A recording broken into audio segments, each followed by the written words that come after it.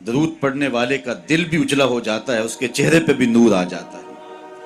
درود شریف طبع کے اندر شائستگی پیدا کرتا ہے۔ آج بہت سارے لوگ اس بات کی شکایت کرتے ہیں کہ اولادیں ان کے کہے میں نہیں ہیں اور ان کی عادات اچھی نہیں ہیں۔ اگر آپ چاہتے ہیں کہ ان کی طبع میں شائستگی اور جمال پیدا ہو جائے اور ان کی عادات میں حسن اور نکھار آ جائے تو ان کو درود کی تسبیح دو۔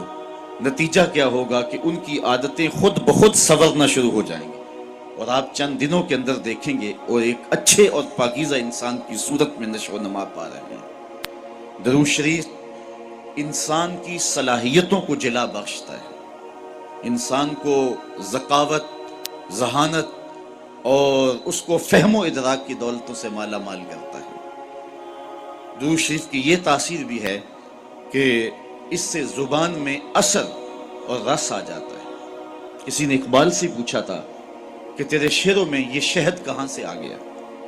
جو سخنور ہیں وہ جانتے ہیں کہ غالب کو اقبال سے بڑا شاعر سمجھا گیا ہے، جو حسن اور جو معاملہ بندی تغزل میں اور تراکیب کے استعمال میں جو حسن وہاں پایا جاتا ہے وہ اسی کا جو ہے وہ خاصہ ہے، لیکن جو عزت، جو تکریم اور جو شان اقبال کا مقسوم ہوئی وہ غالب کا مقدر نہ ہو سکی۔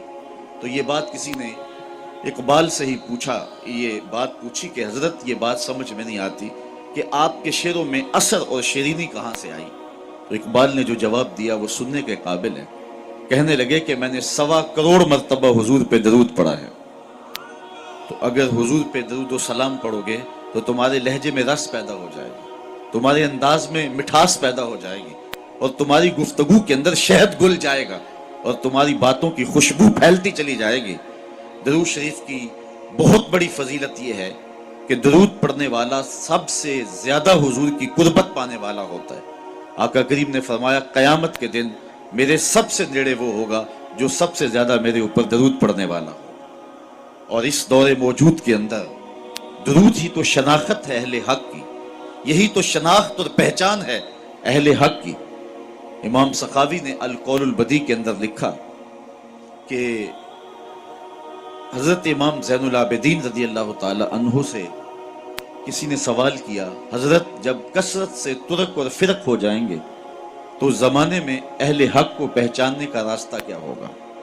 جب ہر شخص اپنی طرف کھینچ رہا ہو اور قرآن و حدیث سے دلائل فراہم کر رہا ہو، ایک عام آدمی تو سمجھ نہیں پاتا کہ حق پہ کون ہے اور باطل پہ کون ہے۔ ہر شخص تو قرآن کی بولی بول رہا ہے، ہر لفظ کی، ہر شخص کی زبان پر تو حدیث رسول کا وظیفہ ہے، اور 72-73 لوگ ایک آدمی کو کھینچ رہے ہیں۔ کبھی آپ نے لاری اڈے پہ دیکھا ہے جو کنڈکٹر حال کرتے ہیں سواری کا، ایک بچہ کھینچ کے لے گیا، دوسرا سامان کھینچ کے لے گیا، تیسرے نے خاتون کو بازو سے پکڑا ہے اور اپنی بس کی جانب کھینچ رہا ہے، تو بعض خواتین غصے میں آتی ہے اور کہتی ہے ہم نے کہیں بھی نہیں جانا، حالانکہ جانا تو کہیں ہوتا ہے، لیکن اتنے لوگ اپنی جانب اس انداز سے بلا رہے ہوتے ہیں کہ سر چکرا جاتا ہے۔ اس طرح لوگ اپنی اپنی جانب دعوت دے رہے ہیں، آواز دے رہے ہیں، بلا رہے ہیں، مختلف ڈھنگ اور مختلف طریقے۔ اس نے مہربانی کی امام زین العابدین سے پوچھا، حضرت جب فرق اور ترک مختلف ہو جائیں گے تو حق کو پہچاننا کس طرح سے ہوگا؟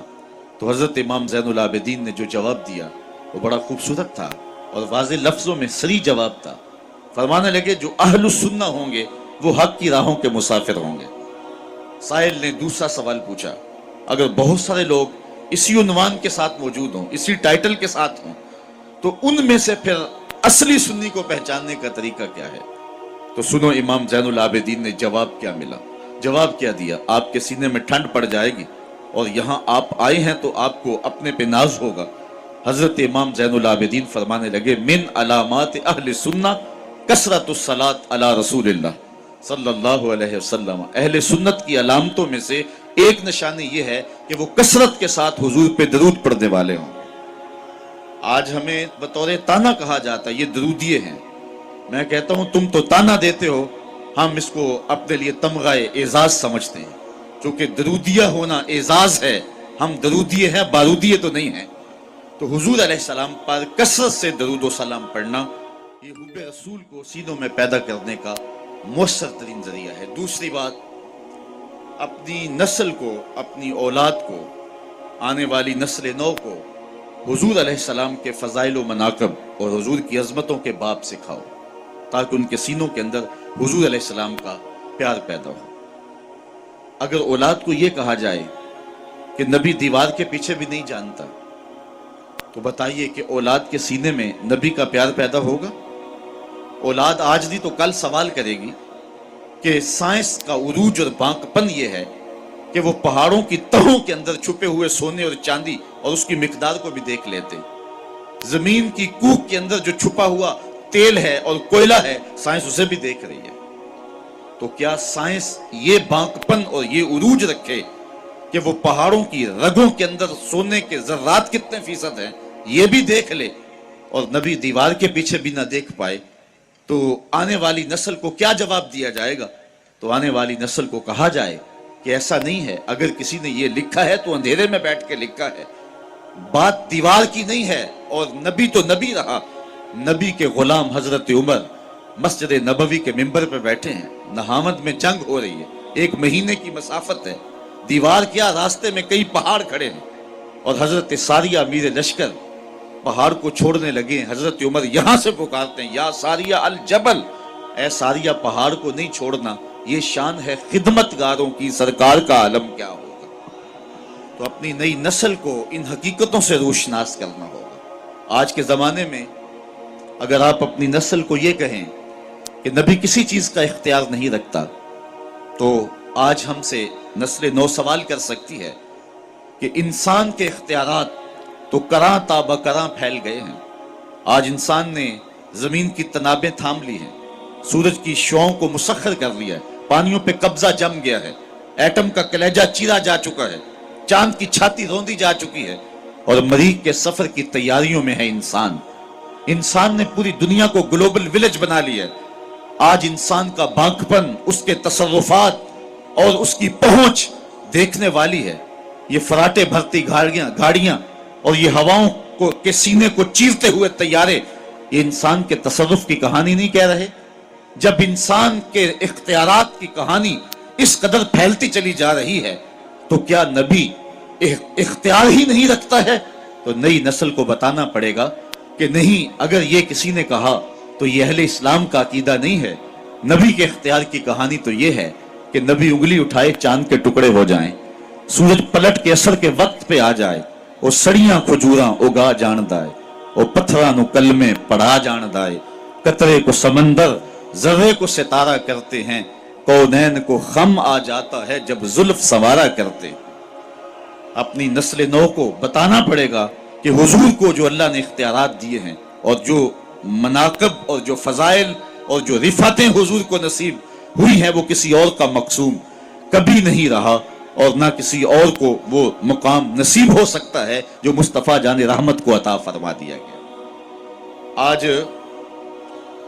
جدید ٹیکنالوجی جو آپ کے کوبرا ہیلی کاپٹر کو بھی دستیاب ہے کہ آپ فائر داغ چکے ہیں، آپ میزائل داغ چکے ہیں، پھر آپ کا پروگرام بدل گیا تو آپ بٹن دباتے ہیں تو اس کا ہدف تبدیل کر سکتے ہیں، اس کا رخ موڑ سکتے ہیں، اس کو راستے میں توڑنا چاہے تو توڑ سکتے ہیں۔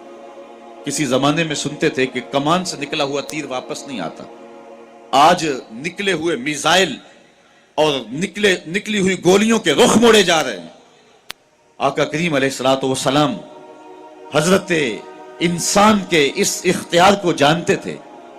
حضرت عبداللہ ابن عباس سے روایت مروی ہے کہ ایک اعرابی کو دعوت اسلام پیش کی، اس نے کہا میں تو تب مانوں گا یہ کھجور کا لٹکتا ہوا خوشہ اگر آپ کی رسالت کی گواہی دے۔